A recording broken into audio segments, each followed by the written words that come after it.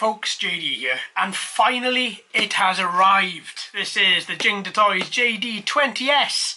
Now, as some of you will remember, last year we took out the JD-20, and yes, that was a very strange and good and bad little copter. Now, what do we get with this one? Let's open her up and let's have a little look. So, we get a couple of manuals, put those to one side.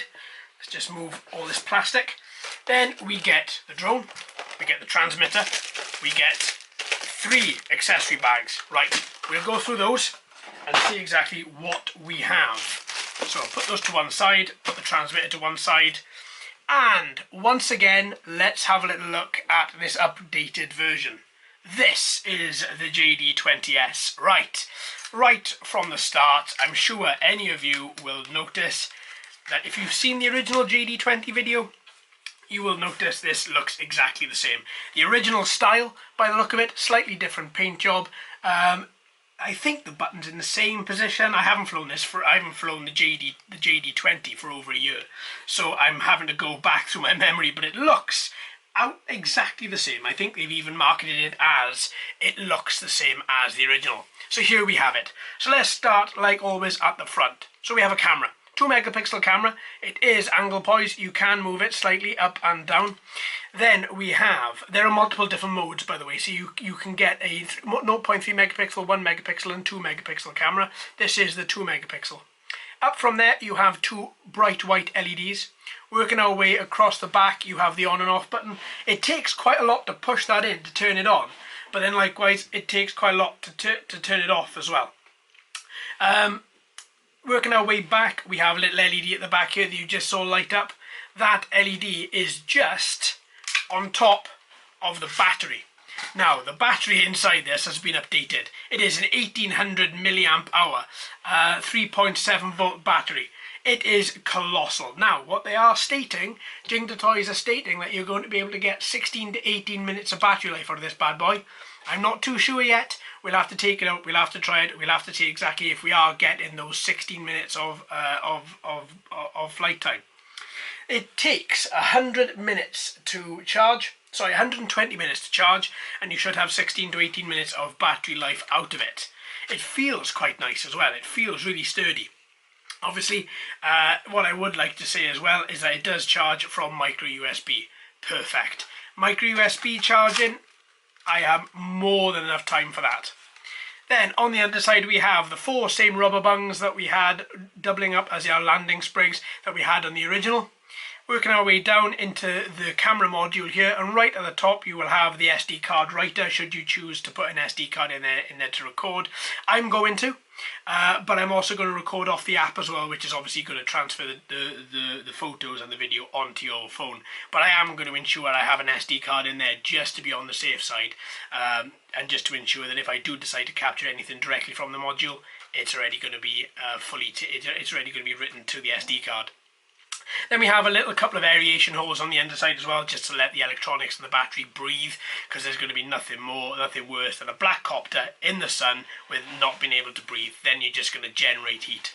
Looking at these little motors, now they are totally encapsulated, same as we saw on the last time. Same even colour LEDs on the front and the back. They look really quite nice. They are totally encased. There is, oh, there we are, a little bit at the bottom here and on the sides there and there. Sorry, there. You have a little bit of room for air just to move around, so hopefully the motors aren't going to swelter, because over time what you may find is if these motors do get too hot, they will cease to work and they will burn out. So having a few aeration holes on there is good. Right, now, feels quite plasticky, feels actually a bit more sturdy than the JD-20 did. So hopefully they've actually done a bit more research and listened to what people said. Now the front you can still push in, as I'm sure you can see there against the light. But all in all, it does feel nice. Now obviously we're not expecting a great amount of quality, but I am expecting it not to fall apart and for it to actually be sturdy enough to withhold a few crashes. Now what I am going to notice as well is that these rubber bungs just come off. So be careful there, you may want to put a little bit of glue or something on the inside, the tiniest amount, just to glue those together, because they do come off. Right, what's the flying weight? With these 250 gram restrictions, which have come in all over the place, we do need to know if this is under 250 grams. This will be the flying weight. This includes the battery.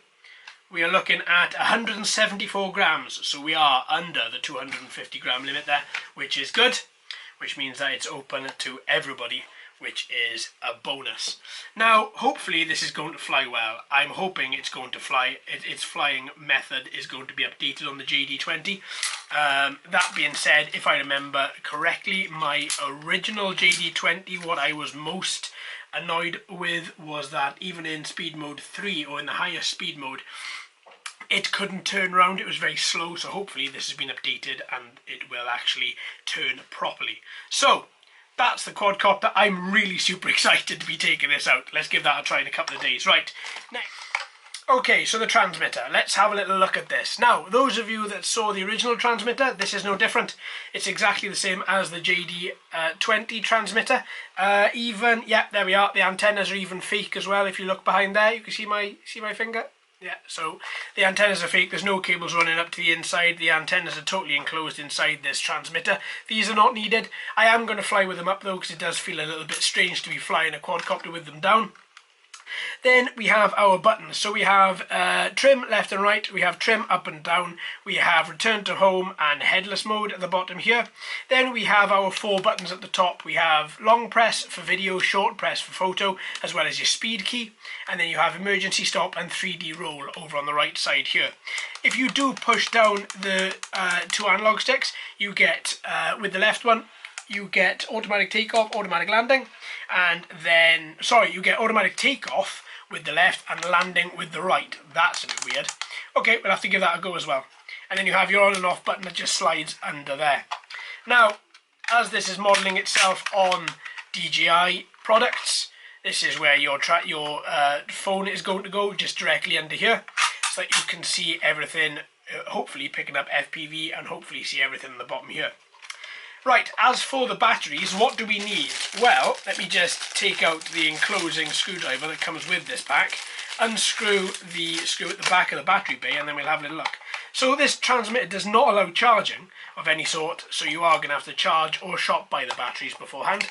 And this takes 3 AA batteries in order to use. Right, okay, well I'm going to... Oh, and I hate these there we are. These battery bay doors that don't have a little clip on them. I'm really not a fan of them. That being said, if the transmitter works and works well, I'll be happy. Right, so there we go. So that's all in there. That looks quite nice. Still very plasticky, same as we've seen with a lot of these transmitters. Nothing's going to change there. But as long as it works, as I say, I'm going to be happy. Then we have our 3 accessory bags. So in one of them we have another battery, because there are 3 batteries you can buy with this. I went for the 2-pack. Then we also have spare propellers, as well as a micro USB cable there just for charging, and a screwdriver. And then we have our, should you want to put them on, propeller guards that just clip in very easily to the motor housings here. Right, so there we go.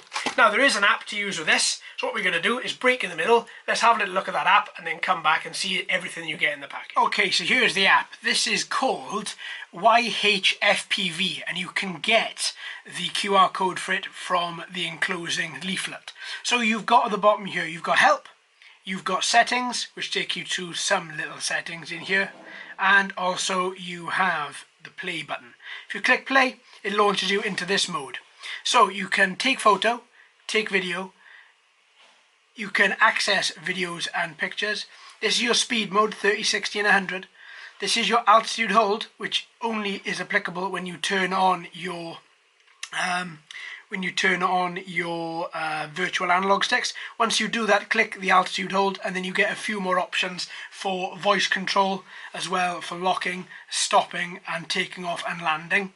Then you have your gyro movement, so as you move your phone, if you look here over this side, then you'll see that it moves as you tilt your accelerometer.